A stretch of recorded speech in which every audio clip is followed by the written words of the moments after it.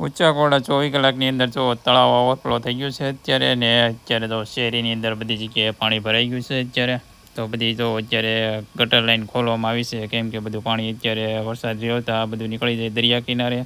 તો ઊંચા કોડામાં જો આ બધું પાણી છે ને ઘણું ખરું અત્યારે તળાવનું પાણી કિનારા સુધી એટલું પાણી છે ને એ બધું દરિયા કિનારે નીકળી જાય, કેમ કે ગટર લાઈન ખોલ નાખે ને એટલે બધું પાણી નીકળી જાય દરિયા કિનારે. તો એટલો બધો વરસાદ આવી ગયો છે આ 24 કલાકની અંદર. ને અત્યારે થોડોક રહ્યો ત્યાં અત્યારમાં જુઓ હજી તો એ કોક છાંટા તો શરૂ જ છે. હજી કેટલો વરસાદ આવે કાંઈ નક્કી જ નથી હજી, પણ અત્યારમાં થોડોક રહ્યો ત્યાં બધી ગટર લાઇનમાં અત્યારે જો બધું પાણી જાય છે બહાર. તો ઊંચા કોડા ઉપરથી નજારો તમને લોકોને હું બતાવીશ. તો આ જો ઉપરનો નજારો કેવો સરસ મજાનો લાગે. અત્યારે આપણે ભેખડ ઉપર આવી ગયા છીએ ને થોડો ઝીણો વરસાદ શરૂ છે અત્યારે. ને ચામુંડમાના દર્શન કરી લેજો અહીંથી, ને કોમેન્ટમાં જય ચામુંડમાં લખતા જજો. તો જય ચામુંડમાં. હવે આપણે જવાનું છે નીચે. પાછો તમને લોકોને તળાવનો નજારો બતાવીશ. હવે તળાવમાં કેટલું પાણી ખાલી થયું છે. ત્યાં હજી વરસાદ શરૂ થઈ ગયો છે ધીરે ધીરે, ને જો હજી તો થોડુંક પાણી ખાલી થયું છે. ને આ બધું શેરીમાં પાણી ભરાઈ ગયું છે એટલું બધું.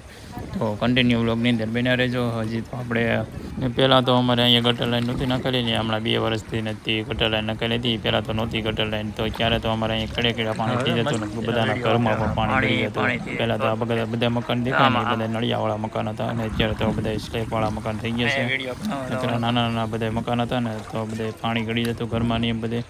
હવે તો બધું સારું થઈ ગયું છે એટલે સારું છે. તો અત્યારે ગટર લાઈનમાં બધું પાણી વીયું જાય છે, અને ગમે એટલું અહીંયા પાણીનો ભરાવો થાય ને તો કંઈ વાંધો આવતો નથી અત્યારે, કેમ કે આ બધું પાણી અમારા દરિયા કિનારે નીકળી જાય છે બધું.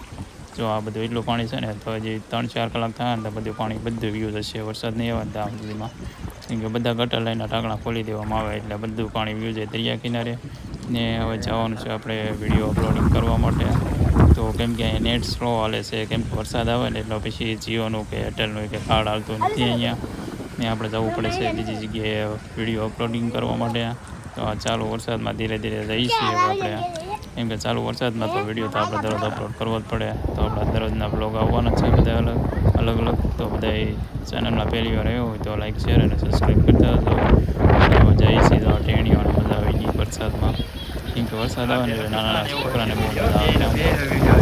તો ફાઇનલી આપણે આવી જઈએ છીએ વિડીયો અપલોડ કરવા માટે વાડીએ અત્યારે. ને અત્યારે જો વાડીએ આવ્યા તો પણ અત્યારે વરસાદ ફૂલ શરૂ થઈ ગયો છે અત્યારે. ને અત્યારે આપણે આવ્યા હતા તરત શરૂ થઈ ગયો છે અત્યારે વરસાદ. હવે આપણે તો અહીંથી ધીરે ધીરે આવી જઈશું, કેમ કે વરસાદ એક ધીરો છે તો હવે હમણાં નીકળી જવાનું છે. તો જો અત્યારે વરસાદ શરૂ થઈ ગયો છે. અહીંયા આપણે 15 થી 20 મિનિટમાં વિડીયો અપલોડ થઈ જાય છે વાડીએ, કેમ કે નેટવર્ક એટલું બધું અહીંયા હાઈફાઈ ઓલું આવે છે ને 5G ટાવર, એટલે બહુ વાંધો નથી આવતો અહીંયા. અને ત્યાં અમારા ગામમાં તો હાવ સ્લો હાલે છે. તો અહીંયા આપણે વાડીમાં આવવું પડે છે વિડીયો અપલોડ કરવા માટે. ને અત્યારે જુઓ અહીંયા સરસ મજાનું મકાન પણ છે અહીંયા. ને વાડીમાં જો અત્યારે બાજરીને એવું બધું વાવેલું છે અલગ. તો ખૂબ સરસ મજાનું છે અત્યારે. ચોમાસાનું વાતાવરણ તો જો અત્યારે મસ્ત મજાનું વાતાવરણ છે અત્યારે. તો કન્ટિન્યુ બન્યા રહેજો બ્લોગની અંદર, ને તમને બધી જગ્યાનું બધું નળમાં કેટલું પાણી ભરાણું શું છે, અને અત્યારે ગામડાના કેળા કેવા હોય ને એ તમને લોકોને હું બતાવીશ. તો કન્ટિન્યુ બન્યા રહેજો બ્લોગની અંદર. તો ચાલો હવે તમને લોકોને ઘણો તો ભાગી હવે, પણ અત્યારે આમાં કેમ જોવો તો ખરા આમ તમે લોકોમાં ઝૂમ કરીને બતાવું તમને એમ થઈ જાય કે ઓહો આ જો માહોલ જો વરસાદનો. આ બધો વરસાદ જ પડે છે આમ બધે જોવો.